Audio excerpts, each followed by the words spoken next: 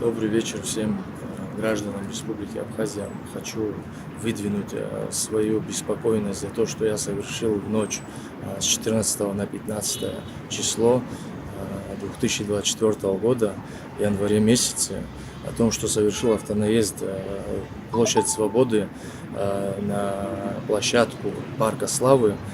И приношу свои искренние извинения перед матерями погибших, перед ветеранами войны, перед всей республикой. И это я не со зла сделал.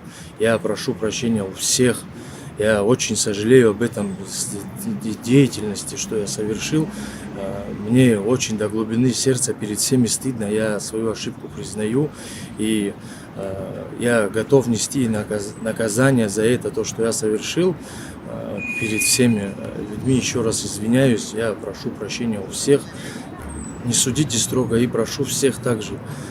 Это моя личная просьба каждому гражданину Абхазии не совершать такую деятельность в своей жизни, потому что это очень прискорбно, это очень нас позорит. Я в данном случае очень свою душу потерял, я не могу себе места на самом деле найти, я виноват в этом, я за это прошу прощения у всех.